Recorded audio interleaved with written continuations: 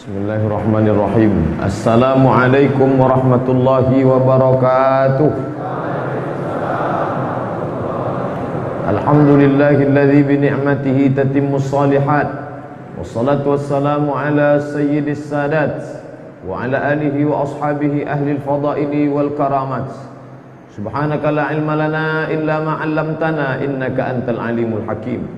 Rabbi shrah li sadri wa yassir li amri wahlul 'uqdatam min lisani yafqahu qawli.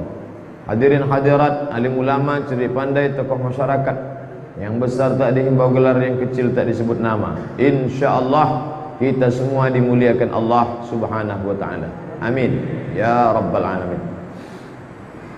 Hadis yang kita bahas malam ini yang ke-7 dalam kitab Al-Arba'in An-Nawawiyah, pertemuan yang ke-8. Ada seorang laki-laki namanya Tamim, nama ayahnya Aus, nama datuknya Dari. Tamim ibnu Aus Ad-Dari radhiyallahu anhu. Anak perempuannya bernama Ruqayyah, maka dia dipanggil Abu Ruqayyah. An Abi Ruqayyah Tamim ibnu Aus Ad-Dari, dari bapak si Ruqayyah Abu Ruqayyah Tamim ibnu Aus Ad-Dari radhiyallahu an, Allah meridainya. Dia masuk Islam tahun ke-9. Nabi meninggal tahun ke-11. Tak lama dia bersahabat dengan Nabi. 9, 10, 11, itu pun bulan yang ketiga, Muharram, Safar, Rabiul Awal, Nabi meninggal. Jadi tak sampai 2 tahun dia bersahabat dengan Nabi Muhammad sallallahu alaihi wasallam. Agama aslinya Nasrani. Nasrani diambil dari kata Nasirah. Nasirah artinya Nazaret. Nasrani orang Nazaret, karena asli kampung Isa Nazaret. Maka orang mana itu? Orang Nazaret, pengikut Isa, Nasrani. Makanya amat sangat heran kalau ada orang dari daerah lain tapi disebut Nasrani. Kenapa? Nazaret. Tak pernah dia ke Nazaret. Lalu kemudian ini dalil bahwa orang yang mengatakan Nabi tidak pernah mengajak orang lain masuk Islam, ini tak betul. Buktinya apa? Seandainya Nabi mengatakan sudahlah semua agama benar, yang Kristen biarkan Kristen, yang Yahudi biarkan Yahudi, yang penting orangnya baik, siapa yang baik masuk surga, ini batil. Sekarang payah orang bedakan mana batil, mana betul, mana batil, mana betul, mana batil, mana betul. Batil disangka betul. Oleh sebab itu maka ada orang-orang di zaman Nabi Yahudi masuk Islam. Siapa dia? Husain. Setelah masuk Islam berubah namanya menjadi Abdullah ibn Salam. Bahkan istri Nabi Yahudi namanya Sofiyah, nama ayahnya Huyai, nama datuknya Akhtab. Sofiyah binti Huyai bin Akhtab masuk Islam. Ada Kristen Nasrani namanya Tamim, nama ayahnya Aus, nama datuknya Dari. Tamim ibnu Aus Ad-Dari, Kristen, masuk Islam. Salman Al-Farisi, agama aslinya Majusi, menyembah api. Api abadi di Persia, masih hidup sampai sekarang apinya. Kalau ada acara olimpiade, diambil api itu dikeliling, api abadi hidup. Lama-lama Salman merasa tidak mungkin api ini yang menciptakan aku, pasti ada yang menciptakan api ini. Akhirnya dia merantau ke Suriah, Damaskus. Di sana ada Kristen Ortodok, masuk Kristen dia. Lama-lama dia pun berpikir tak mungkin ini yang memberikan kehidupan. Akhirnya dia mendengar ada secercah cahaya. Tala'al badru alaina, ada rembulan terang benderang di tengah malam gelap gulita jahiliyah, ada cahaya Islam. Dia Muhammad sallallahu alaihi wasallam, dia pun datang ke jazirah Arab, masuk Islam. Dan Nabi berkirim surat kepada raja Kristen namanya Heraklius, Herkal, gubernur Romawi yang ada di Damaskus, Suriah. Aslim taslam, masuk Islam kau wahai gubernur Romawi, taslam kau akan selamat. Wa illa, kalau kau tak masuk Islam, fa'alaika dzambul arisiyin, semua dosa orang Eropa kau yang akan menanggungnya. Dan Nabi berkirim kepada paus. Waktu itu pausnya di Alexandria, namanya Gergis, panggilannya Mukaukis. Dikirim Nabi surat mengajak masuk Islam. Ini dalil membatalkan pluralisme agama. Semua agama benar, yang penting buat baik. Batil tak betul, karena Nabi mengajak masuk Islam. Dan salah satu yang masuk Islam itu adalah Tamim bin Aus Ad-Dari. Setelah dia masuk Islam, jahada ma'a Rasulillah sallallahu alaihi wasallam. Dia pun ikut jihad perang bersama Nabi Muhammad sallallahu alaihi wasallam. Dan setelah Nabi meninggal, digantikan Abu Bakar As-Siddiq radhiyallahu anhu 2 tahun. Meninggal Abu Bakar, naik Sayyidina Umar radhiyallahu an. Pada masa Umar ada seorang panglima bernama Amr ibn al-As, diutus ke Afrika Utara, tepatnya Fustat. Fustat itu sekarang Kairo. Maka Tamim ikut dalam rombongan itu pembebasan Mesir. Jadi ketemu dia Nasrani, bertemu dengan saudara-saudaranya yang juga Nasrani, mengajak mereka masuk Islam. Aku Nasrani sudah masuk Islam, hai orang Mesir, ayo kita masuk Islam. Tapi sampai sekarang di Mesir masih tetap ada gereja San Catherine. Bapak Ibu dari Kairo naik bis sampai ke gurun pasir Sinai, sebelum naik ke atas bukit Tursina, di bawah itu ada gereja San Catherine. Itu menunjukkan apa? Islam datang tidak pernah menghancurkan. Islam datang, wa ma arsalnaka illa rahmatan lil alamin. Seandainya Islam itu menghancurkan, membunuh, membumi ratakan, tak akan mungkin ada gereja di Irak sekarang. Sampai sekarang di Irak ada gereja, di Kairo ada gereja, di Suriah, Lebanon ada. Mesir nama Kristennya Koptik, Ortodok Koptik. Suriah, Lebanon, Yordania, Palestina masih ada Kristen. Khusus Lebanon namanya Kristen Ortodok Maronit. Nah, jadi mereka banyak juga mazhab-mazhab di dalam. Ada mazhab Koptik, ada mazhab Maronit, ada mazhab macam-macam. Lalu kemudian dia menetap di kota Al-Madinah Al-Munawwarah, ikut dia membebaskan Mesir. 1 bulan naik onta, menyeberang Laut Merah, naik perahu, balik lagi. Setelah Islam Afrika Utara, balik dia ke Madinah. Lalu kemudian dia menetap di negeri Syam, dan pernah pula menetap di Baitul Maqdis, Palestina. Madinah, Mesir, Syam, Baitul Maqdis. Bagaimana sifatnya? Kana zahidan, orangnya zuhud. Zuhud itu tak terlalu tamak kepada dunia. Makan secukupnya, berpakaian secukupnya, tidak terlalu rakus. Izhad fid dunya yuhibbukan nas. Izhad fid dunya yuhibbukallah. Kalau engkau zuhud di dunia, Allah cinta pada engkau. Karena engkau pasti tidak akan menghalalkan segala cara untuk makan haram. Kurang. Orang memental kurang. Law kana li ibni Adam wadiyan min zahab, seandainya anak Adam itu punya 1 lembah terbuat dari emas, latamanna ayyakuna lahu wadiyan akhar. Pasti dia mau minta, andai ada lembah lagi, ada lagi. Tapi dia zuhud. Iqna bima qasamallahu lak, merasa cukuplah engkau atas pemberian Allah. Takun aghnan nas, engkau orang yang paling kaya. Kaya itu bukan kaya harta, karena banyak orang yang kaya harta tapi mental fakir. Orang kaya harta mental fakir, tak pernah mau berzakat, tak pernah mau sedekah. Kenapa? Nanti kalau ku keluarkan kurang. 10.000 pun tak mau dia. Waktu diminta, kenapa bapak tak mau keluarkan iuran 10.000? Kalau 10.000 ini kurang, 100 juta pun jadi kurang. Kalau bisa 100 juta, kalau kurang 10.000 kan tidak. Itulah maka tak ku keluarkan ini. Mentalnya kurang, fakir. Tapi dia tidak zuhud.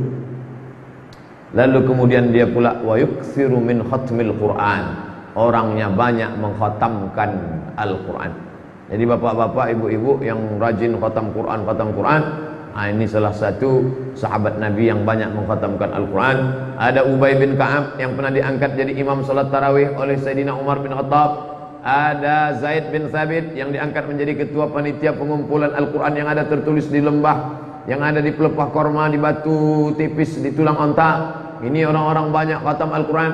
Ada namanya Abdullah ibnu Abbas radhiyallahu anhu yang didoakan Nabi, Allahumma faqihu fid din, dalamkan ilmu agamanya, wa 'allimhu ta'wil, ajarkan dia ta'wil tafsir Al-Quran. Dan ini orang yang banyak mengkhatamkan Al-Quran, yaitu Tamim ibnu Aus Ad-Dari. Tapi hadis yang diriwayatkannya tak banyak. 18 hadisan, 18 hadis. Meninggal tahun 40 Hijrah meninggal di Palestina, di suatu kampung namanya Jibrin. Di Palestina ada kampung Jibrin. Jibrin nama lain dari Jibril. Jadi kalau ada Syekh Jibrin, apa itu? Jibrin, Jibrail, Jibril. Nah itu namanya 3, tapi satu, yaitu malaikat Jibril alaihissalam. Ada kampung namanya Jibrin, min Qura Khalil, salah satu daerah di Khalil di Palestina. Oke, itu periwayatnya. Sekarang hadisnya. Annan Nabiyya sallallahu alaihi wasallam qala. Nabi sallallahu alaihi wasallam bersabda. Apa kata Nabi? Ad-dinun nasihah. Din agama, nasihah, nasaha. Padankan katanya khalasa. Nasaha, khalasa. Apa artinya? Tengok dalam penggunaan kata. Zahabun nasihun. Ada butiran-butiran emas, masih bercampur dengan karat, masih bercampur dengan kotoran besi, masih bercampur, maka dia disebut zahab. Zahab, emas. Zahab artinya emas, fiddah artinya perak. Ketika orang menggali tanah ketemu emas tapi masih bercampur, disebut dengan zahab. Tapi setelah dibakar, dipisahkan mana kotorannya, mana sampahnya, berkilaulah emas murni, disebut dengan zahabun nasihun, emas murni. Maka makna nasaha artinya murni, tak bercampur dengan sampah. Kalau ada madu, madu tadi masih kotor, ada lilinnya, ada pula anak-anak madu mati, disaring. Setelah disaring, maka orang mengatakan asalun nasihun, asal madu, nasih, madu murni. Masukkan ke botol, tengok, Masya Allah, beningnya madu ini. Apa tak bening Pak Ustaz? Campur gula merah. Maksudnya tak bercampur dengan apapun. Kadang kita mau minum madu, nampak anak lebah. Saya termasuk jijik nengok anak lebah. Tapi ada pula orang menengok anak lebah menitik air liur. Ini dipepes sedap nih Pak Ustaz. Anak muda. Sama macam musim hujan ini datang laron. Wow. Ada orang nge-SMS saya, Ustaz Somad, apa hukum laron? Apa maksud pertanyaannya? Rupanya dibuat peyek. Muharram alaikumul khaba'ith, diharamkan bagi kamu khaba'ith yang menjijikkan. Kan jijik bagi kalian, kami kan tak jijik. Ini lain ceritanya. Kalau ada madu yang sudah bersih dari lilin, bersih dari sampah, bersih dari anak lebah, disaring bersih, orang Arab menyebutnya asalun nasihun, nasih. Maka nasih artinya murni. Kalau ada emas, cincin ibu yang cantik bukan main. Itu dari mana? Dari butiran-butiran emas yang diambil dari tanah, digali, lalu kemudian dimasukkan ke dalam kuali, lalu kemudian diputar di air. Akhirnya nampaklah yang tadi ada 3 kuning-kuning, kuning emas, kuning tanah liat, ada kuning satu lagi. Setelah diputar, tercampak kotoran-kotorannya, dapatlah butiran-butiran emas. Tapi masih ada hitam-hitamnya, masih ada pasir-pasirnya. Lalu dibakar. Ada pula bahan kimia, merkuri. Itulah mengapa pemerintah melarang penambangan emas liar, karena mati ikan-ikan. Akhirnya kita pun tak lagi makan ikan. Kalaupun dimakan ikan, ikan itu mengandung merkuri. Rusak alam. Jangan menambang emas sembarangan. Nah, setelah dapat emas murni, berkilau cahaya, orang Arab menyebutnya zahabun nasihun.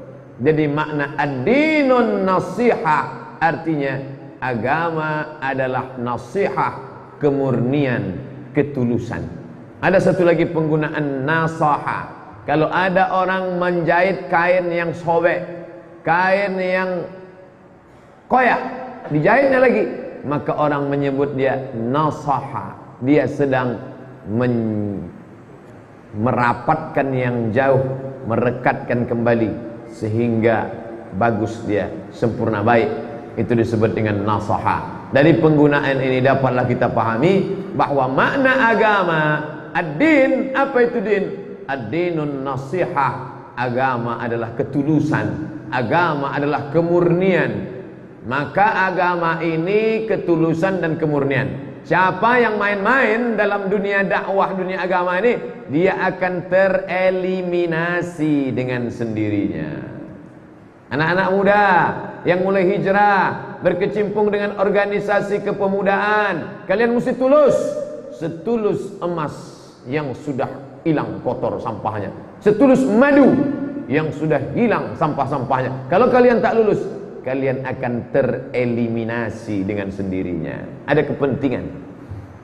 Menjadi ustaz harus tulus untuk mengajak orang, ud'u ila sabili rabbik, ajak orang ke jalan Allah, bukan jalan mazhab, bukan jalan partai, bukan jalan golongan, bukan jalan sekte, bukan jalan kelompok, tapi ajak orang ke jalan Allah. Bahwa metodologi boleh berbeda. Ada metodologinya nasyun, tekstualis. Dia terikat ketat sama teks, jangan macam-macam interpretasi, harus dengan teks. Ini namanya nasyun, tekstualis. Lawan dari nasyun, kelompok yang kedua, namanya itulah dia akliyun, rasionalis. Yang satu terlalu berpegang kepada teks, yang satu berpegang kepada akal. Satu lagi kelompok namanya irfaniun, mengandalkan intuisi. Dia tak terlalu berpegang kepada teks, tak pula terlalu bertumpu kepada akal, tapi lebih banyak puasa sunat, zikir, ada ilham, ada mimpi, ada signal-signal. Itu yang disebut dengan sixth sense, indera keenam. Tiga ini sejak dari zaman dulu sampailah sekarang. Begitu kata Syekh Abdul Alim Mahmud dalam kitabnya Alhamdulillah Hazihi Hayati. Buku ini ditulisnya ketika dia undang ceramah ke India, naik pesawat dari Mesir Kairo ke India. Selama di perjalanan itu berhasil dia tulis satu kitab, judulnya Alhamdulillah Hazihi Hayati, autobiografi. Autobiografi artinya orang menulis biografinya sendiri, bukan biografi tentang mobil. Lalu kemudian begitulah hebatnya Syekh Abdul Alim Mahmud. Tapi kata dia, dalam pengamatan saya, sejak zaman dulu ada tiga aliran. Satu aliran tekstualis, satu aliran rasionalis, satu aliran intuisi. Tapi ketiga-tiga ini akan bersatu. Apa yang menyatukan mereka? Wa ma umiru illa liya'budullah mukhlishina lahuddin. Kalau sama-sama ikhlas, ketemu. Alhamdulillah. Apa yang dikatakan Syekh Abdul Alim Mahmud, saya baca bukunya beberapa tahun yang lalu ketika saya beli, saya nggak paham, tak paham saya apa isi buku ini. Sekarang baru saya paham. Ada kawan jauh di sana, tak pernah satu pesantren sama saya, tidak sama-sama satu ormas, tidak sama-sama satu kota, tidak sama-sama satu manhaj, tidak sama-sama. Tapi ketika dalam perjalanan dakwah, rupanya yang menyatukan kita adalah mukhlishina lahuddin. Saya tak mengatakan saya ikhlas, tak.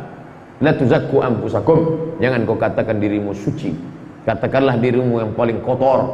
Pak Ustaz, saya ini banyak dosa Pak Ustaz, saya berzina Pak Ustaz, saya mencuri Pak Ustaz.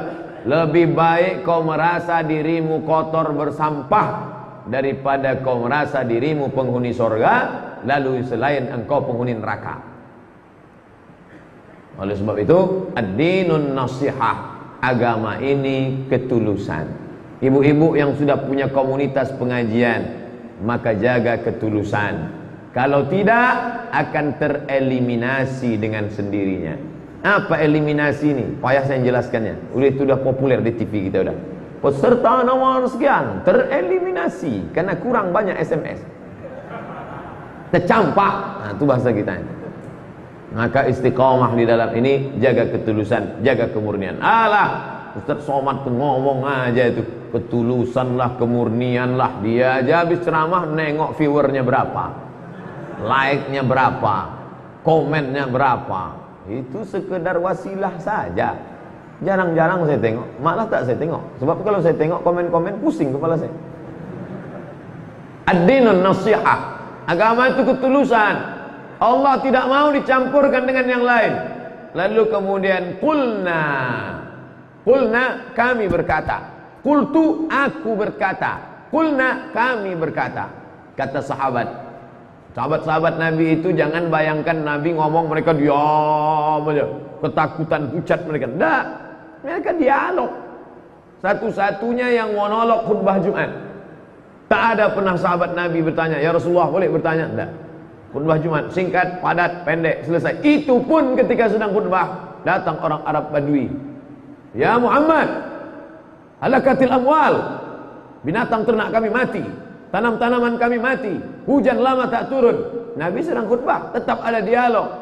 Nabi angkat tangan, aghithna, aghithna, aghithna, turunkan hujan, turunkan hujan, turunkan hujan ya Allah. Selesai sholat Jumat, basah pasir kota Madinah, turun hujan. Artinya apa? Boleh jamaah ngomong dengan khotib. Pernah Ustaz nengok jamaah ngomong sama khotib? Pernah, waktu di Mesir. Pas kami sedang sholat Jumat, khotibnya langsung tegak satu orang, kifayah ya Syekh, kifayah, cukuplah tu Syekh, panjang betul ini, orang banyak, panas di luar, tak ada tenda. Langsung ditutup sama Syekh. Tapi saya belum pernah digitukan orang banyak. Jangan gitukan pula saya nanti hari Jumat. Qala, Nabi menjawab, qulna, kami berkata, liman, untuk siapa agama ini? Liman, untuk apa? Bagi siapa? Qala, Rasulullah SAW menjawab. Qala, dia berkata satu orang laki-laki. Qala, dia berkata dua orang laki-laki. Qalu, dia tiga orang laki-laki berkata. Qalat, dia perempuan satu orang berkata. Qalata, dia dua orang perempuan berkata. Qulna, dia tiga, banyak sekali. Qala, qalu, qalat, qalata, qulna, qulta, qultuma, qultum, qultuna, qultuna, qulna. Bahasa kita, dia berkata, saya berkata, engkau berkata, kami berkata. Qala, Rasulullah menjawab, lillah, untuk Allah. Apa makna agama tulus untuk Allah? Tuluskan Allah, murnikan Allah, jangan campur Allah dengan yang lain. Memangnya ada orang yang mencampur Allah? Ada. Dia menyembah Allah, tapi kata dia Allah punya anak. Wa qalatil yahudu Uzairun ibnullah. Orang Yahudi berkata Uzair anak Allah. Wa qalatin nasara al-masih ibnullah. Orang Nasrani berkata Al-Masih anak Allah. Kau sudah menduakan Allah. Yang lebih parahnya lagi, kafir Quraisy. Kalau Yahudi cuma dia katakan ada Allah, ada anaknya. Nasrani ada Allah, ada anaknya, ada bininya. Yang lebih parah lagi kafir Quraisy. Apa kata dia? Ya Lata, ya Uzza, ya Manat, ya Hubal, ya Jibti, ya Taghut, ya Naham. Maka ketika ditanya kepada mereka, kenapa kalian percaya pada Allah tapi masih mencampur Allah dengan najis kotoran itu? Kenapa kalian campur Allah dengan yang lain? Apa kata mereka? Innama na'buduhum liyuqarribuna ilallahi zulfa. Kami tidak menyembah Lata, kami tidak menyembah Uzza, kami tidak menyembah Manat, kami tidak menyembah berhala. Itu hanya sekedar perantara saja antara kami dengan Allah. Allah tidak mau diduakan. Makanya kita berkata usolli fardal maghribi salasa raka'atin adaan ma'muman lillahi labbaik Allahumma labbaik labbaik la syarika laka labbaik nawaitu samawadin ada ifadhi syahri ramadan hadhi sanati lillahi ta'ala. Sebagaimana murninya madu tak bercampur dengan lilin, tak ada kotoran, tak ada anak lebah, begitulah murninya agama engkau kepada Allah. Allah Akbar. Tapi masalah kemurnian cinta kepada Allah itu sama dengan orang yang murni cinta kepada perempuan. Kalau ada laki-laki berkata, aku cinta kepadamu, lalu orang berkata, apakah itu murni cinta Pak Ustaz? Kalau memang murni cinta tak memandang wajah, jatuh cinta sama nenek-nenek lah. Kenapa mesti ada wajah? Manusiawi. Makanya sebelum nikah disuruh menengok wajah dan tapak tangan. Ada kawan, sahabat dari Makassar, aku waktu nikah itu Ustaz tidak kulihat wajah istriku. Sebelum akad, sekalipun tak kau lihat, tidak pernah kulihat wajahnya. Terus gimana kamu nikah? Begitu aku bertamu ke rumahnya, kulihat di dinding foto bapaknya ganteng, ibunya cantik. Lalu aku berkata, buah tidak terlalu jauh jatuh dari pohonnya, kecuali kalau dilarikan burung. Jadi bahwa ada orang jatuh cinta sama perempuan, lalu kata dia murni ini cinta, tapi dia tengok wajahnya, dia tengok anak siapa, itu manusiawi. Begitu juga dengan orang kuliah. Saya kuliah ni Pak Ustaz lillahi ta'ala. Kalau memang betul kuliah lillahi ta'ala, tak usah ngurus ijazah lah. Kenapa kau suruh urus ijazah S1, S2, S3? Artinya itu sebagai wasilah, tapi jangan itu dijadikan sebagai target utama. La taj'alid dunya akbara hammina wala mablagha ilmina. Jangan kau jadikan dunia sebagai obsesi utama kami. Jangan kau jadikan dunia sebagai harta, sebagai harga menebus ilmu kami. Bahwa dia tetap mendapatkan harta manusiawi. Kita makan, kita minum, kita kerja. Saya mengajar di UIN, ada gaji dari pemerintah, tapi bukan itu dijadikan sebagai landasan utama. Adik-adik kuliah, habis itu ngurus transkrip nilai, habis itu ngurus ijazah, habis itu cari kerja, tapi bukan itu utama. Kalau dijadikan itu utama, maka rusaklah tauhid kita kepada Allah Subhanahu wa ta'ala. Lalu apa makna agama itu? Ketulusan lillah. Kau bersihkan dari yang lain, jangan kau jadikan dia lebih utama daripada Allah Subhanahu wa ta'ala. Kalau kau jadikan Allah sebagai tujuan asma amanina, cita-citaku tertinggi mencari ridha Allah. Dunia ini nomor 2, nomor 3, nomor sekian, nomor 16, nomor 100. Andai dapat, dia tak sombong. Kenapa? Ini hadiah dari Allah. Andai tak dapat, dia tak stres. Kenapa? Mungkin Allah punya rencana lain. Jadikan Allah nomor 1. Begitu juga dalam berbagai macam hal, pekerjaan. Makanya berangkat pagi kita katakan bismillah tawakkaltu 'ala Allah, la haula wala quwata illa billah. Yang udah kerja, ibu-ibu yang mau ke pasar juga begitu. Nanti aku ada rencana mau beli ikan, mau beli udang, mau beli ayam, mau beli kepiting, mau beli sayur. Bismillah tawakkaltu 'ala Allah. Begitu dapat, alhamdulillah. Tak dapat, alhamdulillah. Mungkin dengan tak dapat ini Allah punya rencana lain. Kalau ku beli ini semua makan, nanti darah tinggi naik, stroke, mati.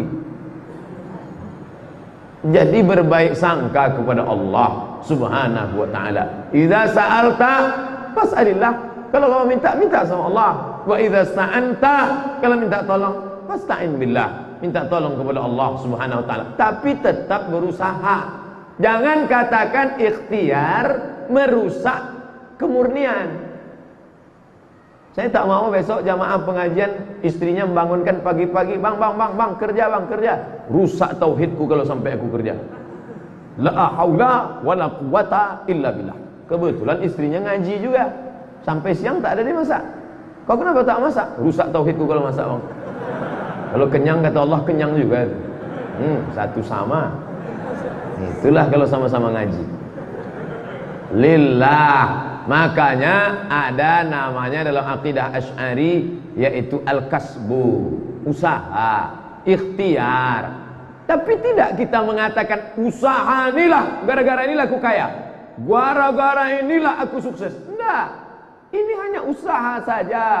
Kalau Allah mau, tanpa usaha pun bisa. Innama amruhu idza arada syai'an ayyakula lahu kun fayakun.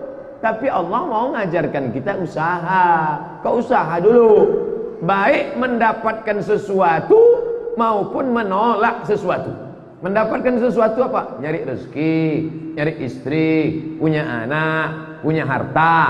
Itu ada usaha. tapi puncak tingginya Allah, lillah, minta sama Allah. Tapi ada pula menolak sesuatu. Apa itu? Bagaimana supaya jangan sakit? Tetap ada usaha.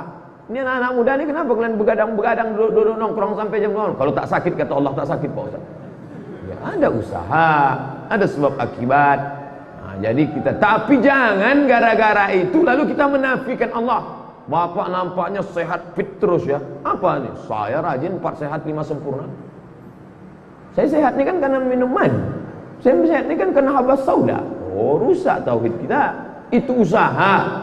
Maka lari dari Safa ke Marwah, dari Marwah ke Safa, itu usaha. Usaha itu bahasa Arabnya sa'i. Dari mana tadi? Dari sa'i. Sa'i itu apa? Lari-lari kecil. Sa'i itu usaha. Karena Hajar berusaha. Apa yang dicarinya? Air. Hajar mencari air. Apakah dapatnya di Bukit Safa? Tak ada air. Dapatnya di Bukit Marwah? Tak ada air. Di mana air itu datang? Bukan dari usahanya, tapi dari pemberian Allah. Air itu datang dari tumit anak kecil yang belum pandai berjalan, digesekkannya keluar air. Allah mau mengajarkan, kau jangan sombong. Itu bukan karena usahamu. Kalau karena usaha, maka Yusuf sudah lama mati dalam sumur. Dimasukkan sama saudara-saudaranya fi ghayabatil jub, di kerak dasar sumur, habis. Tapi ada skenario Allah. Tiba-tiba datang orang memasukkan timba ke dalam, mau mengambil air. Begitu timba ditarik, anak kecil ada. Apa ini? Tak tahu. Kalau gitu kita jual aja nih anak. Akhirnya dijual. Skenario ilahi begitu indah. Faqsusil qasasa, ceritakan kisah-kisah itu, la'allahum yatafakkarun. Hidup ini penuh dengan man makes story. Orang bisa membuat kisah cerita tentang hidupnya. Hidup ini penuh dengan kisah. Kisah Adam, kisah Kabil Habil, kisah Musa, kisah Isa, kisah Fir'aun, kisah Zulkarnain, kisah macam-macam kisah. Dan kita disuruh mengambil hikmah dari peristiwa itu. Maka tuluskan amal karena Allah, tetap dengan usaha. Tapi orang yang bersandar dengan usahanya mengatakan ini karena aku, innama utituhu ala ilmin indi, aku kaya, hartaku banyak, ala ilmin indi, karena ilmu yang ada di kepalaku. Karena aku sarjana manajemen akuntansi, karena aku adalah MBA dari Amerika, Master Business Administration, karena aku dapat gelar PhD Doctor of Philosophy. Bukan, itu usahamu. Tapi jangan sombong. Bapak kenapa? Alah nggak perlu sekolah-sekolah, saya nggak sekolah aja sukses. Oh, tak bisa begitu. Nah, ini seimbang. Lillah. Yang kedua, wali kitabihi, harus murni mengikut kitab Allah. Apa makna tulus murni mengikut kitab Allah subhanahu wa ta'ala? Artinya, begitu kata Syekh Dr. Hisham Kamil Amit Musa. Apa kata dia? Artinya bil amali bima ja'a bihil Qur'an, mengamalkan apa yang ada dalam Al-Quran. Menulis Al-Quran di dinding kaligrafi cantik, bagus. Melantunkan Al-Quran, sekarang sedang musabaqah tilawatil Quran. Qori-qori kita seprovinsi Riau. Bismillahirrahmanirrahim. Bayati sobasika nahawan jaharka. Bagus, tak salah. Tapi makna murni terhadap Quran ini, seperti murninya emas yang berkilau, seperti murninya menjain kait yang sobek, seperti murninya madu yang sudah disaring. Bagaimana? Begitulah engkau terhadap Al-Quran. Kau baca Quran karena ingin mencari ridha Allah. Bismillahirrahmanirrahim. Idhas sama'u fatarat, wa idhal kawakibu tafarat, wa idhal biharu fujirat. Ini memang murni karena Allah SWT. Jangan ketika orang banyak dibantai lagi Bismillahirrahmanirrahim. Ketika orang tak ada, Bismillahirrahmanirrahim. Udah nampak orang agak-agak dekat sikit, baru ambil Quran. Wah, Quran digital. Begitu orang udah pergi main game balik. Namanya mesti bil amali, mengamalkan bima. Tapi tentu tak bisa langsung amal saja. Saya Pak Ustaz baca Quran ini, baca terjemah Inggrisnya lah. Bagus. Terjemah Piktol Marmadok, terjemah Abdullah Yusuf Ali, terjemah bagus, terjemah Inggris, tapi baca Quran menurut bahasa dia diturunkan, baca dengan satu nafas, ada idgham, ada gunnah, ada qalqalah, ada bila gunnah, ada ikhfa, ada datang ke guru. Tuan imam kita Al-Hafiz, hafal Quran. Pak Imam, saya mau belajar baca Quran, boleh? Boleh, silakan. Tarik nafas panjang. A'udzu billahi minasyaitonir rajim. Bismillahirrahmanirrahim. Lillahi ma fis samawati wa ma fil ardh. Wa in tubdu ma fi anfusikum aw tukhfuhu yuhasibukum bihillah. Apa kata orang tuanya? Masya Allah, anakku sejak pengajian di Masjid Raya Senapelan nih, mantap bacaannya Pak Ustaz. Dibukanya pintu kamar, rupanya VCD. Bacalah baik-baik, bukan hanya sekedar membaca, asik berkelahi masalah. Apakah mim, apakah mim, apakah miu, apakah. Cukuplah itu sesuai kemampuan. Mulailah melangkah bagaimana tafsirnya, bagaimana. Saya sebelum mengajar nih, saya tanya dulu orang-orang yang diajar, supaya kita jangan melihat searah. Saya sebagai pengajar, sebagai ustadz melihat ke bawah. Bagaimana menjadi orang yang di bawah melihat ke atas. Nah, ketemu di airport, saya senang dengan pengajian Pak Ustadz. Apanya? Rasional. Apanya? Bahasanya lugas, singkat, padat, tak bertele-tele. Apanya? Suaranya kuat. Apanya lagi? Kata-kata, diksi, pilihan katanya. Apanya lagi? Apa yang kalian mau sebagai pendengar? Kami maunya Pak Ustadz, Ustadz jelaskan Quran real, nyambung. Kira-kira apa yang bisa kami lakukan? Oh, ternyata orang mau action langsung. Jangan berbicara kepada penduduk bumi tapi pakai bahasa langit. Ini bahasa langit, entah kemana-mana ceritanya. Tapi jamaah bisa juga berbilang, bisa juga jamaah ngomong, begitulah Ustaz dari tadi, tak tentu arah. Oh, dah. Ada masukan. Maka kita tidak hanya sekedar menyampaikan, tapi juga mau mendengar. Makanya saya khususkan waktu tertentu, saya tak hanya menyampaikan, saya mendengar. Ustaz khutbah di mana Jumat ini? Saya tak khutbah. Kenapa? Saya mau menjadi pendengar. Oh, begitu rasanya mendengar khutbah itu. Gimana rasanya Pak Ustaz? Berat, mengantuk. Maka kalau begitu saya jadi khotib jangan panjang-panjang. Kalau saya jadi khotib kuat-kuat. Supaya apa? Sama seperti saya sedang mengantuk, saya mau suara yang kuat. Kaum muslimin yang dimuliakan Allah. Nah, kalau khotib itu mendayu-dayu, kipas anginnya kencang, habis makan pula tadi sebelum khutbah, jamaah yang dimuliakan Allah. Nah, itulah pentingnya dua arah. Maka Al-Quran itu dibaca, mukjizat-mukjizatnya.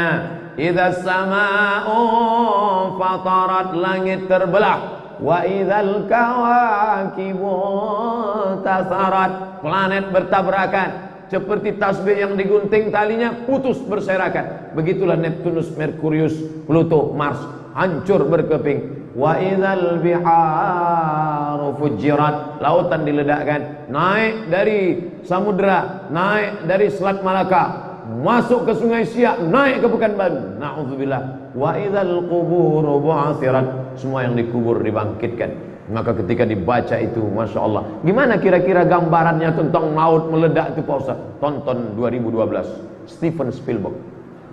Wah, air laut itu ke atas, jembatan San Francisco hancur, apalagi Leton.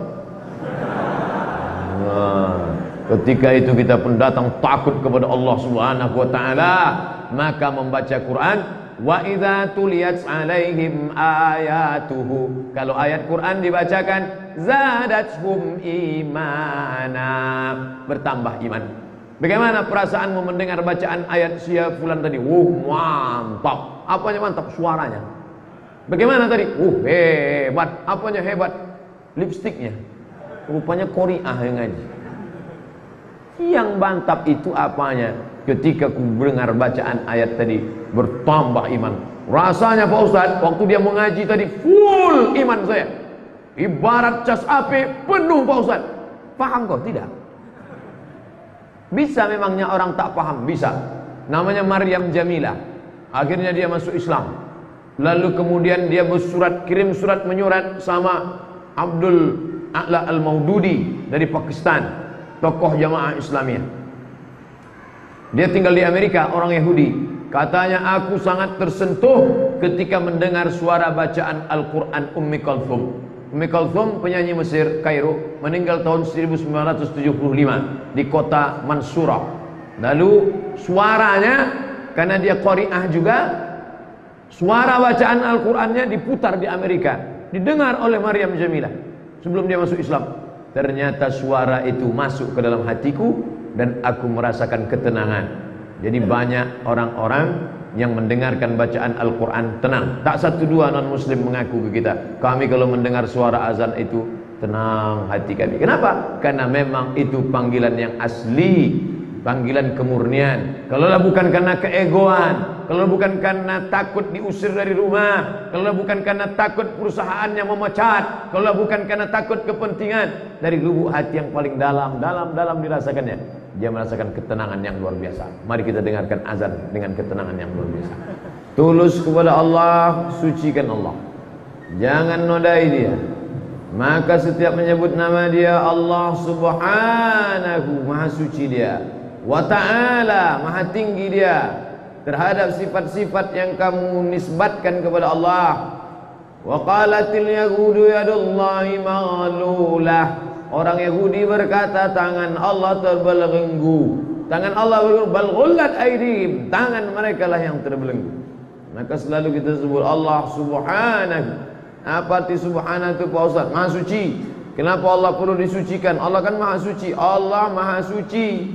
Manusia ini menodai Allah. Maka kita sebagai orang beriman disuruh ad-dinun nasihah, agama itu kemurnian, ketulusan. Maka mensucikan Allah daripada yang tak layak. Subhanallahi amma yusyrikun, subhanallahi amma yasifun. Maha suci Allah dari sekutu-sekutu yang mereka buat. Maha suci Allah dari sifat-sifat yang tak layak bagi Allah. Nasiha li kitabihi, tulus terhadap kitabnya, ikuti isinya. Jangan asal berkelahi saja, jangan bertengkar dengan cara membacanya, jangan meributkan lagu-lagunya, bahwa menikmati bacaan dengan suara yang bagus. Laisa minna man lam yataghanna bil Quran. Siapa yang tidak melantunkan Al-Quran dengan suara-suara yang indah, maka dia bukan golongan kami. Walaqad zayyana as-samaa'a ad-dunya bizinatinil kawakib. Langit kami hiasi dengan bintang gemintang. Kenapa disebut dihiasi? Karena ketika kita melihat langit dengan bintang gemintang, oh indahnya, subhanallah, masya Allah. Maka kalau mata perlu hiasan, telinga juga perlu hiasan. Makanya suara-suara orang yang merdu, Nabi pun ingin mendengar suara Abdullah ibn Mas'ud. Iqra, kaifa aqra'u alaika wa alaika unzal. Bagaimana mungkin kami membacakan Quran kepadamu sedangkan Quran ini diturunkan kepada engkau? Tak layak kami membacakannya. Iqra, kata Nabi, baca. Apa artinya? Kita menikmati lantunan bacaan orang. Oh, indah bacaannya Pak Ustaz. Sekarang wali rasulihi. Apa makna nasihat wali rasulihi bagi Rasulullah? Apakah kita menasihati Rasulullah? Tentu tidak.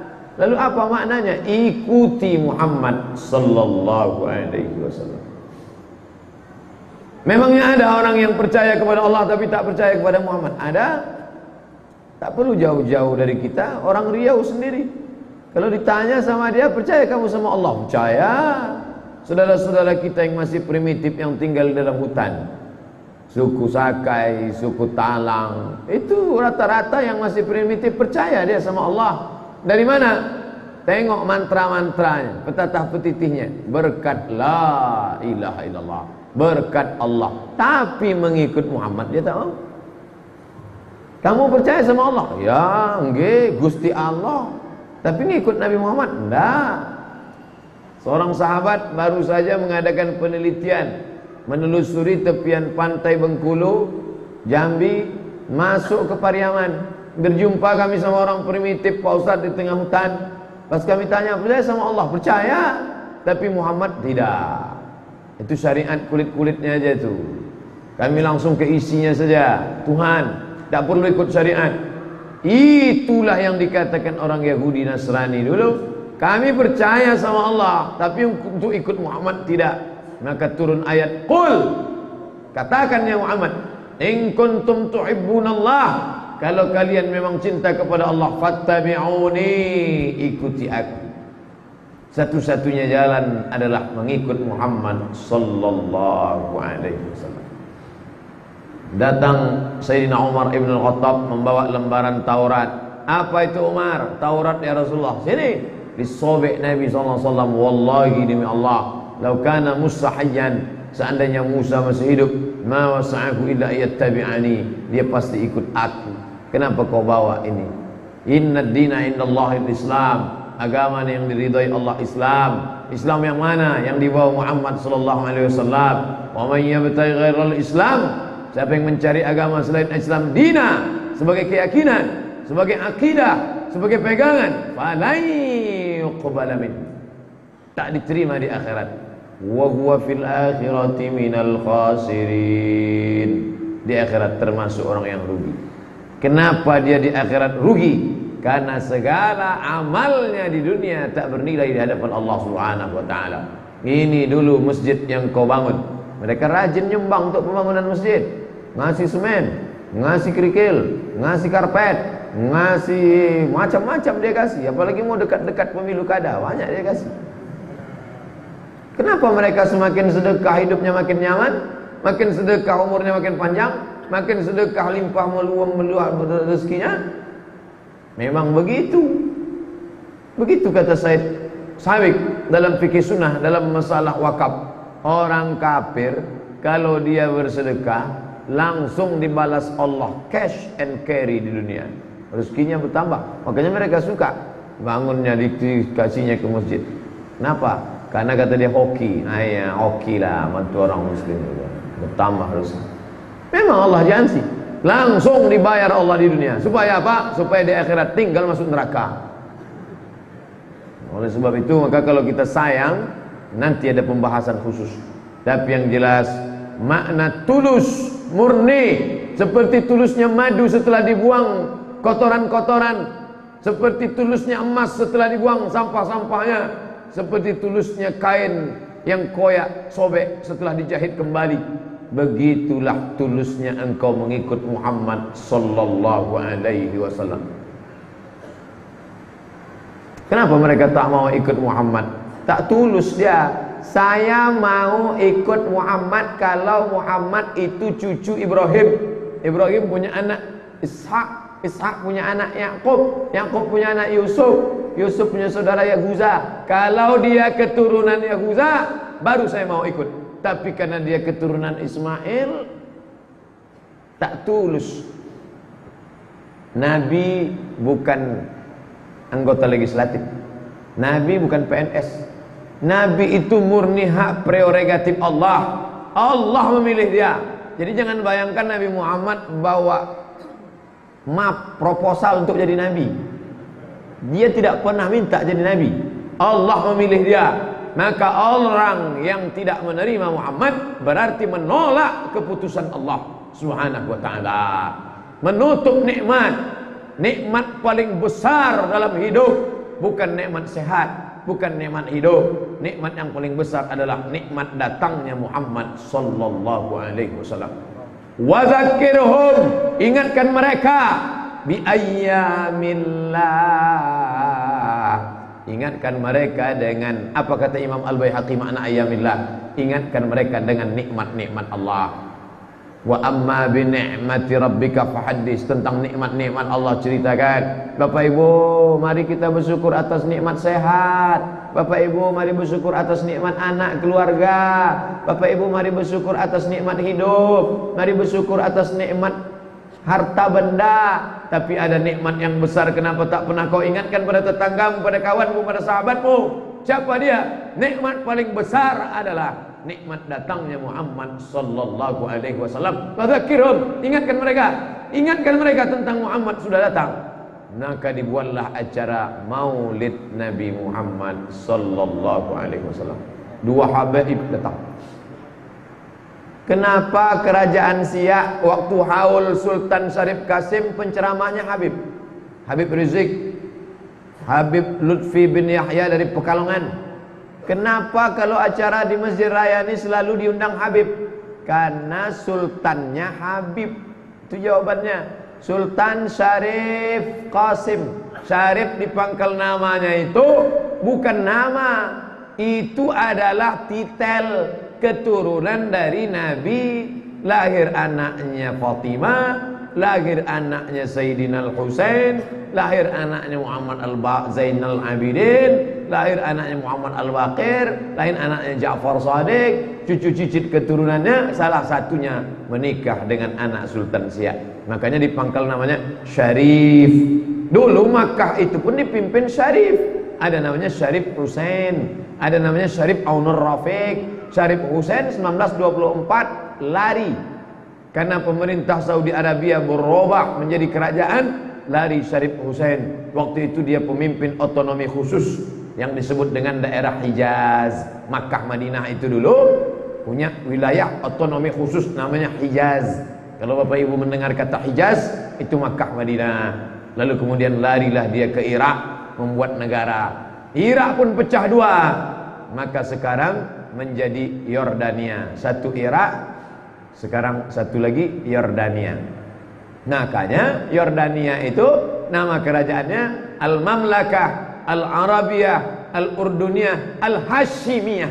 Kenapa disebut Hashimiyah?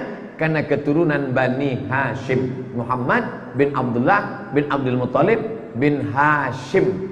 Keturunan Hashim disebut Hashim. Hashemite Kingdom of Jordan, Hashemite Kingdom. Hashemite Bani Hashim, karena keturunan Hashim. Nah, jadi jangan heran kenapa Habib-Habib yang diundang kemari, karena mereka masih melihat nasab keturunan Sultan Syarif Qasim. Begitu juga dengan Kesultanan Al-Gadriyah yang ada di Kalimantan Barat, Pontianak. Cuman sampai sekarang masih ada sultannya. Sultan yang sekarang sultan yang ke-9. Waktu saya ke sana diminta mereka memberikan tausiah, padahal saya tak Habib. Entah mereka menyangka saya Habib, Allah alam. Udah jelas apa PC. Habib itu Arab.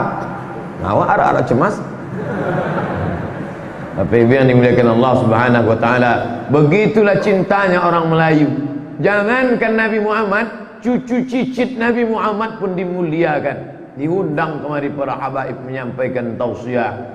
An asila ila qarabati Rasulullah sallallahu alaihi wasallam ahabbu ilayya. Menyambung silaturahim dengan keturunan Rasulullah lebih kucintai min an asila ila qarabati, daripada menyambung hubungan dengan kerabatku sendiri. Jadi ketika kemarin datang Habib Umar bin Hafiz, salah satu Habib yang masyhur di dunia ini, dari Tarim Hadramaut Yaman, dialog di Hotel Crown. Datanglah Profesor Saifuddin Amsir bertanya, Habib, ikatan Naqabah Alawiyin, ikatan keturunan Sayyidina Ali yang ada di Indonesia, sekarang namanya Habib Zain Ibnu Sumaid. Habib Zain Ibnu Sumaid. Habib Zain, ya. Kenapa DN Aidit PKI kok bisa keturunan Habib? Aidit itu salah satu marga habaib. Al-Haddad, Al-Shihab, Al-Jifri, Al-Banahsan, Raja Syiah ini marganya Banahsan. Barakbah, Aidit, kok bisa DN Aidit, Habib kok PKI? Dijawablah sama Habib Zain Ibnu Sumaid, kami sudah meneliti, ternyata dia bukan Arab, tapi orang apa sukunya dipelihara. Mungkin anak terlantar dulu dipelihara oleh seorang Habib bernama Habib Aidid pakai D ujungnya. Lalu kemudian diambilnya nama Habib itu, tapi dirubahnya jadi T, Aidid. Jadi dia bukan Habib. Oh, kata profesor, begitu ceritanya. Ya, mereka memanipulasi data. Jadi tidak ada hubungan Habib Aidid dengan DN Aidit. begitu. Bersihlah nama Habib. Dan di Mesir ini kantor Masyihatul Azhar, Syekhul Azhar, Grand Syekh Azhar. Di samping Syekh Azhar ada namanya Naqabatul Ashraf. Kalau satu syarif, kalau dua syarifan, kalau banyak ashraf. Syarif-syarif itu mesti dicek di Naqabatul Ashraf. Betul tak dia punya sanad, punya silsilah. Nah, ternyata kata Habib Zain Ibnu Sumaid, kami punya ilmu yang valid tentang ini. Orang yang ngaku-ngaku Habib itu cukup kami cek 3 ke atas. Dia, ayahnya, kakeknya, moyangnya. Begitu 3 langsung ketahuan dia Habib asli atau Habib palsu. Nah, jadi tak bisa mentang-mentang hidung mancung Habib. Jadi sudah ada di Jakarta itu ada Alawiyin, Sayyidina Ali. Naqabatul Ashraf kalau di Mesir, kalau di Indonesia. Jadi rupanya kata Habib Zain Ibnu Sumaid, keturunan marga-marga habaib keturunan Nabi ini sampai 120 lebih marga itu terpecah. Dan sebagiannya waktu ada seminar internasional keturunan Ahlul Bait keturunan Nabi, seminar internasional diadakan di Libya, ternyata yang paling banyak berkembang biak marga itu di Indonesia. Bahkan yang di Yaman sudah punah, tak ada sama sekali, malah di Indonesia ada katanya. Yaitu marga apa? Barakbah. Barakbah sudah tak ada lagi di Yaman, tapi di Indonesia ada, dan di Riau ada. Di Riau ada, masih ada Barakbah.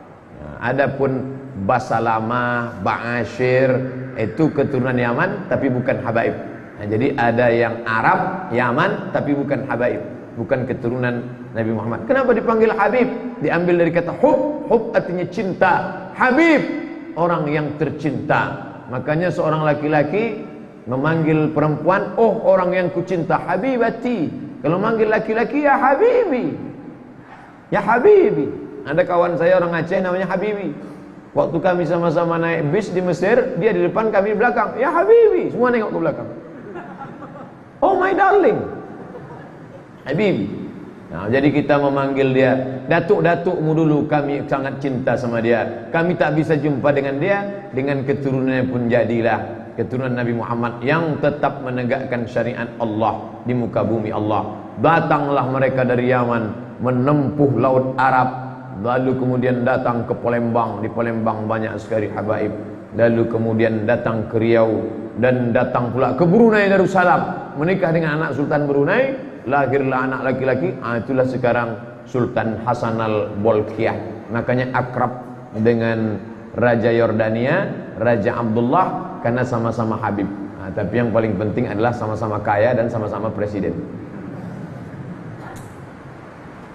Lalu kemudian kecintaan kepada Nabi SAW, ikuti syariatnya, ikuti sunnahnya. Kalau memang betul kau cinta sama Nabi, sholatlah berjamaah di masjid.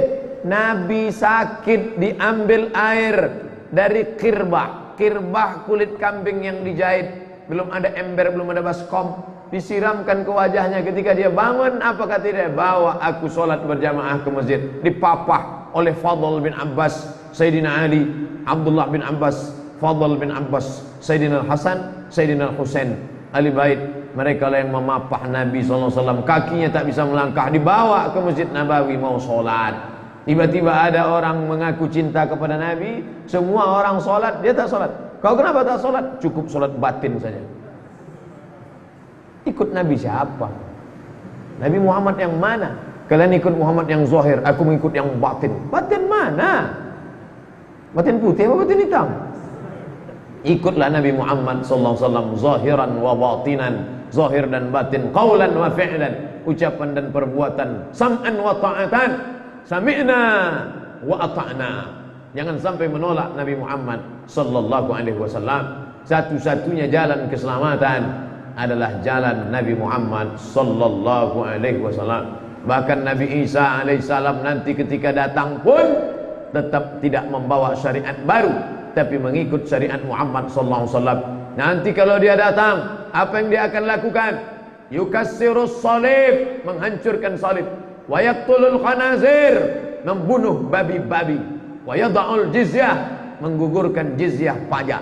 Begitulah kedatangan Isa. Apa maknanya? Memurnikan ajaran dia dulu yang sudah diselewengkan, masalah salib dan babi, masalah kutipan-kutipan upeti, dan kemudian dia tetap ikut syariat Muhammad sallallahu alaihi wasallam. Lebih jelasnya lagi dalam peristiwa Isra Mi'raj, sampai dia ke Masjidil Aqsa, dia tengok ke belakang ada Ibrahim, dia tengok ke belakang ada Musa, dia tengok ke belakang ada Isa. Kenapa? Antal imam.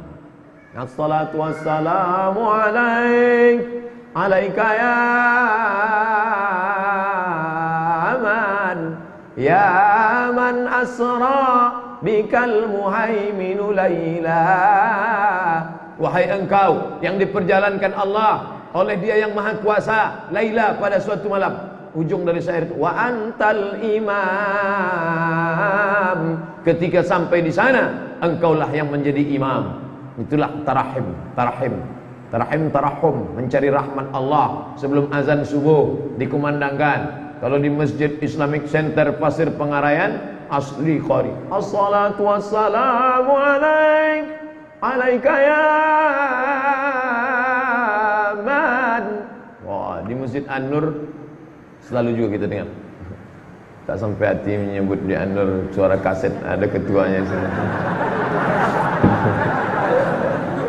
Buatlah musabaqah, yang cuma maulid, menyambut maulid ini musabaqah tarahim.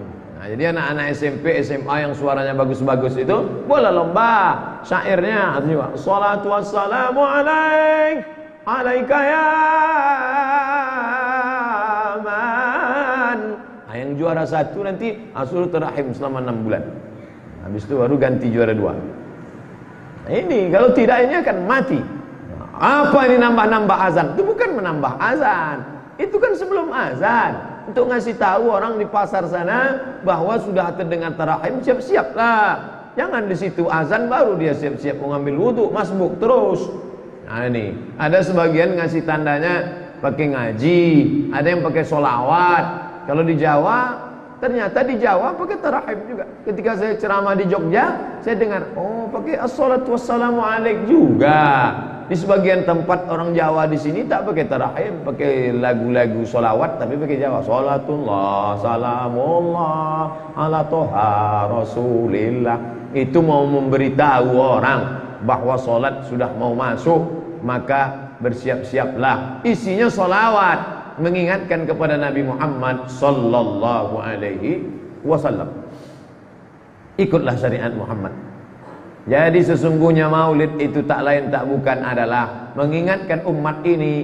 Fadzakir, ingatkan. Inna fa'atiz zikra, buatlah peringatan, ingatkan. Karena itu mengingatkan bagi orang yang lupa, Muhammad sudah datang, Muhammad sudah datang. Kami tidur-tiduran di masjid ujung stasiun metro di Kairo, sampingnya ada masjid. Kami tidur-tiduran, pas sedang tidur-tiduran datang bapak-bapak ngasih manisan.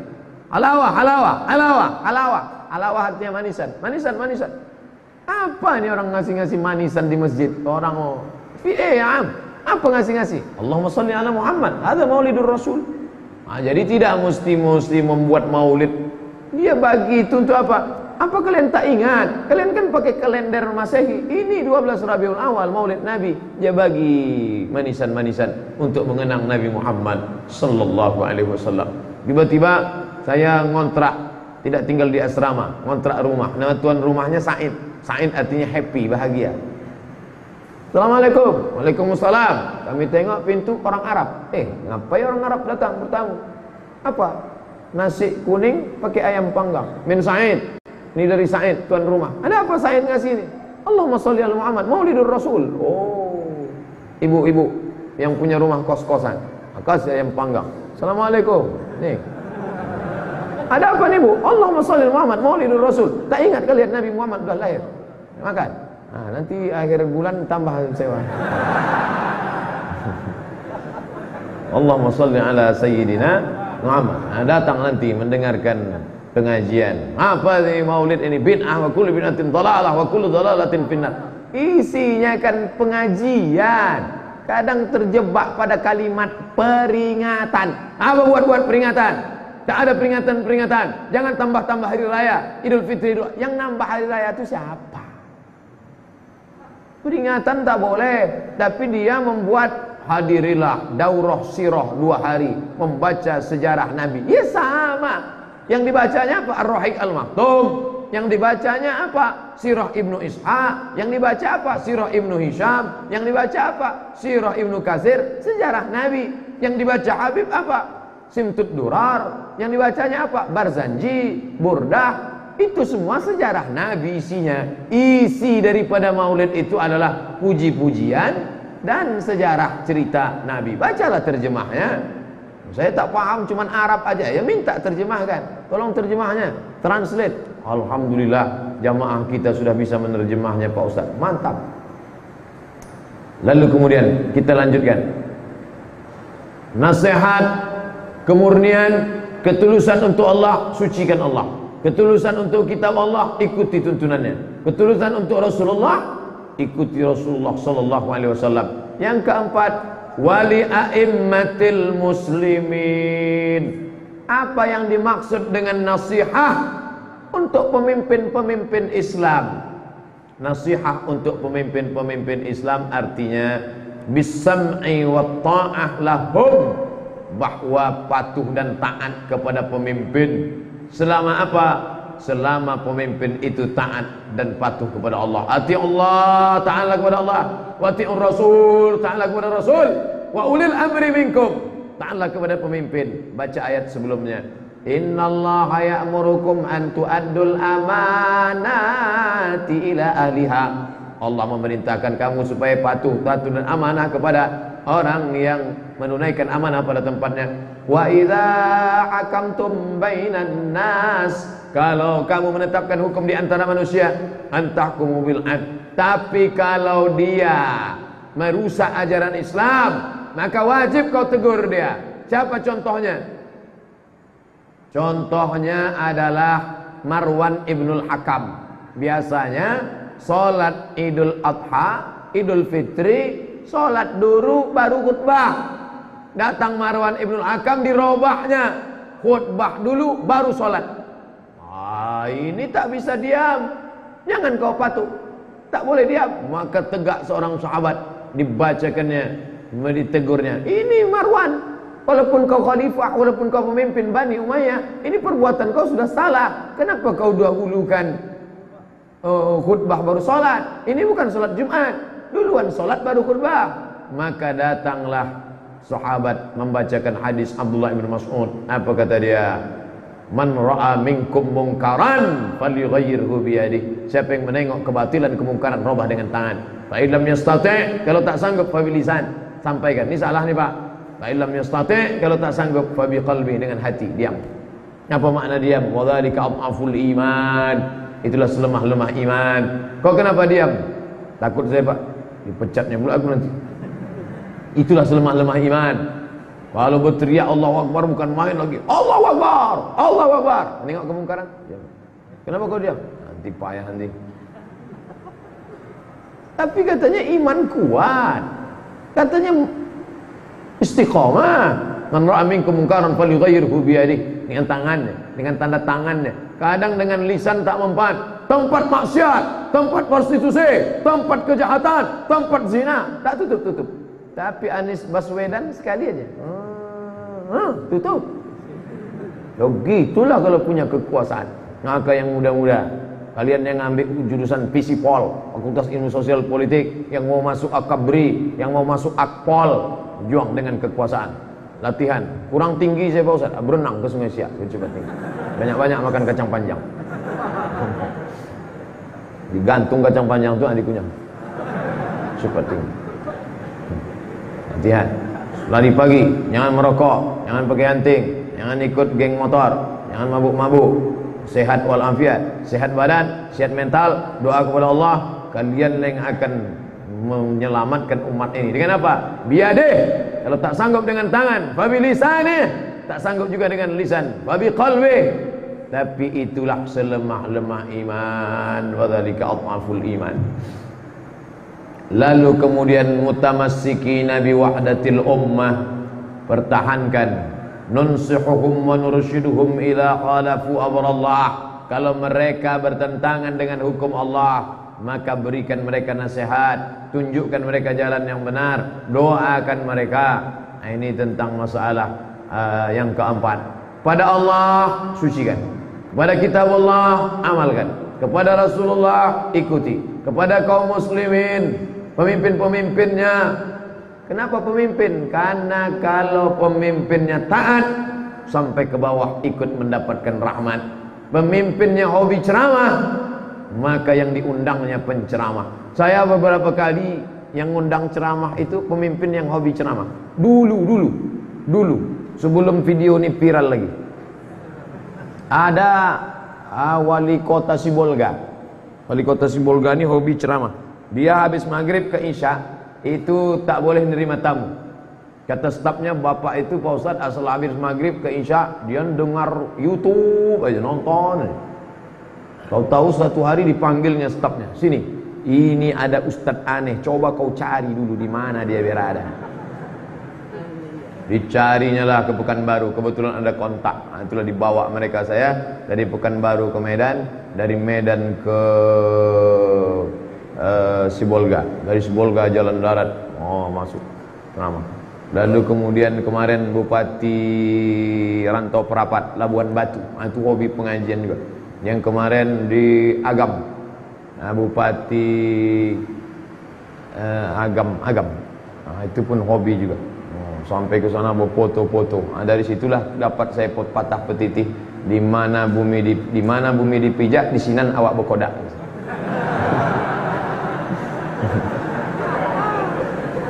Kemarin tuh di Langsa, itu pun hobinya pengajian juga.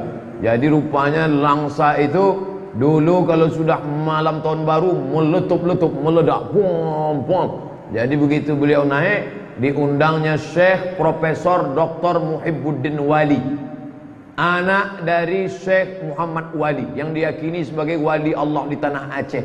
Syekh Muhammad Wali punya anak Profesor Doktor tamat dari Al-Azhar, Syekh Muhibbuddin Wali. Diundang itu membuat zikir malam tahun baru supaya anak-anak jangan ngebut-ngebut di jalan sampai peralihan jam. Habis jam 1, jam 2 baru berhenti zikir. Dan itu dibuat mereka setiap tahun. Sempat 2 tahun. Setelah 2 tahun meninggal Syekh Profesor Dr. Muhibbuddin Wali, diundangnya Ustaz. Tahun ini saya diminta ke Langsa, tak pula bisa. Saya mau pergi umroh. Oleh sebab itu kita juga masjid-masjid kita nanti malam tahun baru itu jangan katakan masjid menyambut tahun baru. Ini tak betul. Bukan masjid menyambut tahun baru. Kalian zikir apa? Zikir menyambut tahun baru. Mana ada zikir menyambut tahun baru? Zikir apa namanya? Mengalihkan masa daripada tiang listrik mati. Bagus dia bawa ke masjid. Bawa ke masjid. Datang jam 10. Jam 10 datang. Jam 10 datang zikir subhanallah walhamdulillah wala ilaha illallah. Insyaallah dosa kami begitu banyak ya Allah. Belum juga lagi. Udah. Tak juga zikir lagi. Subhanallah wa bihamdihi subhanallahil azim. Subhanallah wa bihamdihi subhanallahil azim. Terus sampai sini lewat. Setelah lewat jam 1, jam 2 istirahat tidur. Habis itu sholat tahajud, i'tikaf. Habis itu sholat subuh. Habis sholat subuh, tausiah subuh, baliklah. Selamatlah anak-anak muda malam itu dari segala perbuatan maksiat dan dosa. Kalau tidak, na'udzubillah. Yang terakhir, wa ammatihim. Apa yang dimaksud nasihat tulus untuk seluruh kaum muslimin?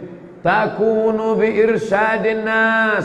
Ajaklah manusia ila ta'atillah, taat kepada Allah, wal iqtida bi Rasulillah, mengikut Rasul sallallahu alaihi wasallam, wal irsyadihim lima fi naf'u wal maslahah. Mari ambil manfaat dan maslahat, tinggalkan mudarat dan perbuatan yang tak baik. Bi amrihim bil ma'ruf, ajak orang buat baik, wa nahim anil munkar, larang mereka buat munkar, wa nuhibbu lahum ma nuhibbu li anfusina. Kalau kita senang makan enak, begitu juga makanan ini sampai ke saudara-saudara kita. Kalau kita suka pakai baju baru, begitu juga baju ini kalau dipakai saudara-saudara kita. Kalau kita merasa nyaman sudah pengajian, maka kita ingin juga kawan-kawan kita itu ikut mengaji, selamat dari zina, selamat dari narkoba. Karena orang Islam tak boleh egois. La yu'minu ahadukum, kamu tak beriman hatta yuhibba li akhihi, sampai kau sayang kepada dirimu, sampai kau sayang kepada saudaramu, ma yuhibbu li nafsihi, sama sayang seperti pada diri sendiri. Ad-dinun nasihah, agama itu nasihat, agama itu ketulusan, agama itu kemurnian, agama itu bersih seperti bersihnya madu daripada sampah, seperti bersihnya emas daripada kotoran.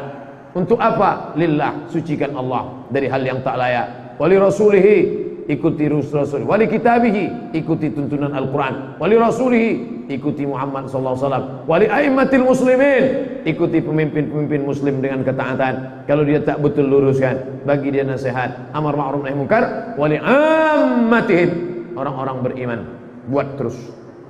Alhamdulillah kita punya tablik akbar, maka terus hidupkan. Hampir setiap bulan datang Ustadz Azhar Idrus, ramai. Datang Ustadz Felix Xiao, ramai lagi. Datang Ustadz Salim Afillah, ramai. Datang lagi Ustadz yang dari Bandung, Hanan At-Taqi, ramai. Nah itu. Apakah sekedar ramai-ramai saja? Tidak. Ketika orang ramai itulah kita sampaikan visi misi. Kemarin reuni 212, ramai, melimpah ruah. Semuanya orasi datang. Apa yang disampaikan? Penyatuan ekonomi umat, bangkitkan, mari belanja ke warung muslim. Apa yang disampaikan ketika ramai? Mari perbaiki pendidikan anak umat, jangan sampai otaknya direbut komunis, jangan sampai dirusak liberal, jangan sampai dirusak sekuler, jangan sampai dirusak aliran sesat. Setelah itu apa lagi? Penyatuan politik, gerakan memilih pemimpin muslim, gerakan memilih anggota legislatif, anggota DPR, anggota wilayah Hizbah bagi Aceh. Untuk apa? Untuk pemimpin-pemimpin yang pro program-program keislaman. Itulah buah dari tablik akbar. Mungkin bapak pemimpin surau yang kecil, musola kecil, musola, tapi kalau sudah bertablik akbar di An-Nur, musola, masjid, ramai. 1000 masjid. Andai satu masjid punya jamaah tetap itu pasukan inti yang tak ada pemain naturalisasi di dalamnya. Andai satu masjid itu jamaah tetapnya 300 saja, 300, maka ada 1000 masjid, berarti kalau kumpul semua sudah berapa? 300.000. 300.000 kalau di Pekanbaru. Andai kita punya pasukan 300.000 yang solid, keseimbangan antara solat dan solid, maka itu DPT sudah di tangan.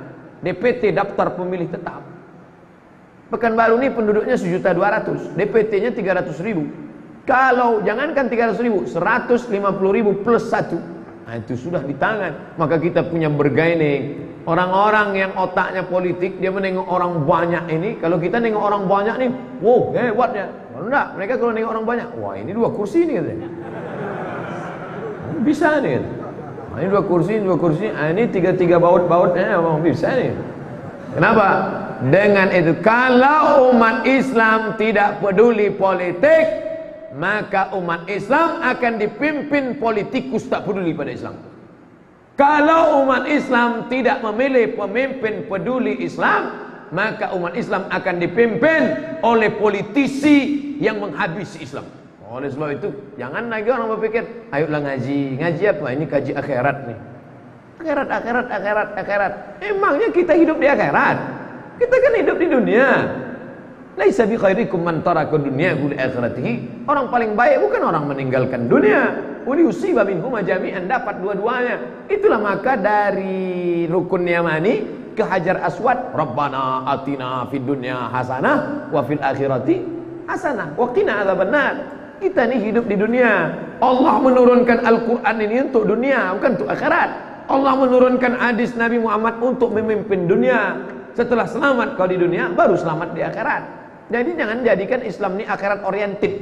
Saya paling marah kalau diundang ceramah ke kantor-kantor, Ustaz Somad, tolong Ustaz cerita masalah akhirat dulu, kami udah capek dengan dunia.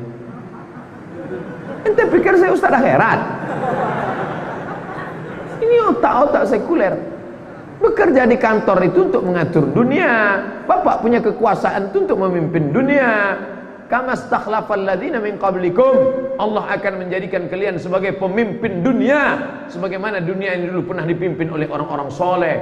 Daud, orang soleh, memimpin dunia. Saking solehnya Daud, puasanya aja pun sebulan sampai 15 hari. Itu Daud. Daud punya anak, Sulaiman, memimpin dunia. Zulkarnain, Alexander the Great, memimpin dunia. Maka Allah akan berikan kekuasaan insyaallah kepada anak-anak kita yang soleh ini. Amin. Terima kasih segala perhatian.